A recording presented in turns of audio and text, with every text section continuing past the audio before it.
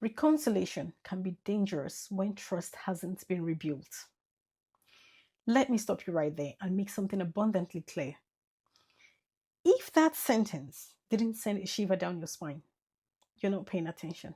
Let me ask you, how many times have you seen relationships, be it between friends, family, or even nations, patch themselves up only to fall apart worse than before? How many times have you watched someone step back into the lion's den because they thought forgiveness alone was enough? I need you to lean in and really hear me now. Reconciliation without rebuilt trust is a ticking time bomb. It looks pretty from the outside, but underneath, it's volatile, unstable, and destined to explode. And when it does, the fallout can leave deeper wounds than the original offense ever could. Think about it. Trust is the foundation of every meaningful connection in your life. Whether it's with your spouse, your best friend, your business partner, or even your community, trust is the glue that holds it all together. Without it, reconciliation is like building a house on quicksand. It's a facade of unity, a mirage of healing. The moment pressure hits, an argument, a moment of doubt, a test of loyalty, it all crumbles. And often, what's left is irreparable. Let me paint you a picture. Imagine two people who've had a falling out. Say one betrayed the other, and it could have been lies, cheating, neglect, or even an act of violence. The hurt party forgives because, after all, forgiveness is the noble thing to do, right? They want to move forward, they let go of the pain. But here is the problem: forgiveness isn't trust. Forgiveness is for you, it sets you free.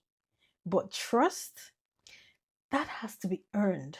It has to be built back brick by brick, word by word, action by action. If reconciliation comes before trust is rebuilt, you are essentially handing over your heart or your safety on a silver platter to someone who hasn't proven they deserve it. Now, here's why it's dangerous. Reconciliation without trust creates a fertile ground for manipulation, repeated harm, and cycles of trauma. It's the abused partner who goes back to the abuser because they were promised things would change. It's the friend who forgives a betrayal only to find themselves used again. It's the nation that signs a peace treaty only to face betrayal on the battlefield a few years later. The scars get deeper and the soul becomes wearier. Why, you may ask? Because reconciliation without trust sends a message. What you did to me didn't matter enough to demand change. And when the person who wronged you doesn't feel the need to earn their way back into your life, they are far more likely to repeat their behavior. They'll step back into the relationship with the same mindset, the same pattern, and the same lack of accountability. But listen closely now. This is where the power shifts back into your hands. Reconciliation doesn't have to be immediate. It doesn't have to be the goal.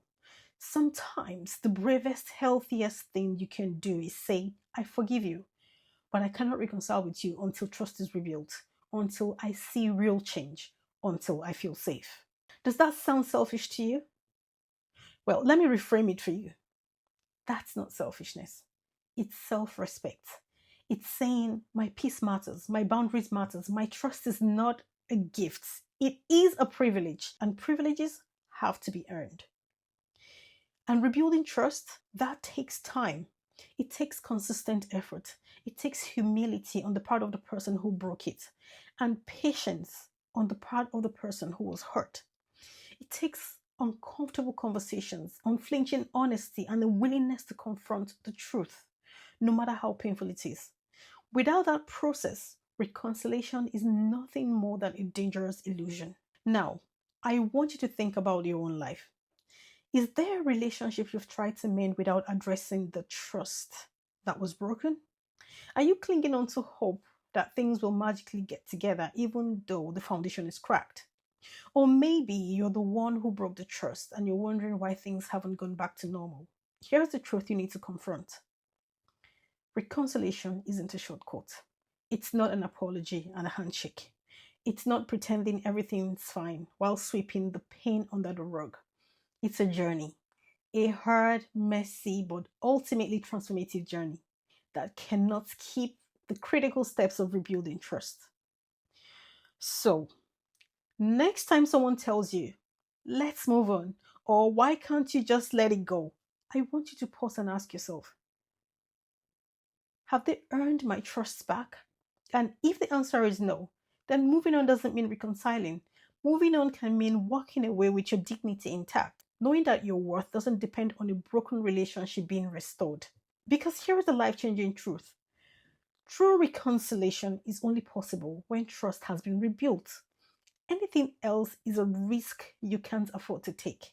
And if that means waiting, setting boundaries, or even letting go, then so be it. Because your peace, your safety, and your future are worth it. Trust me, when you rebuild trust first, reconciliation stops being dangerous. It becomes what it was always meant to be: healing, whole, and unshakably strong. I hope this has helped someone today. Thank you for watching or listening. I hope to see you in my next video. Bye.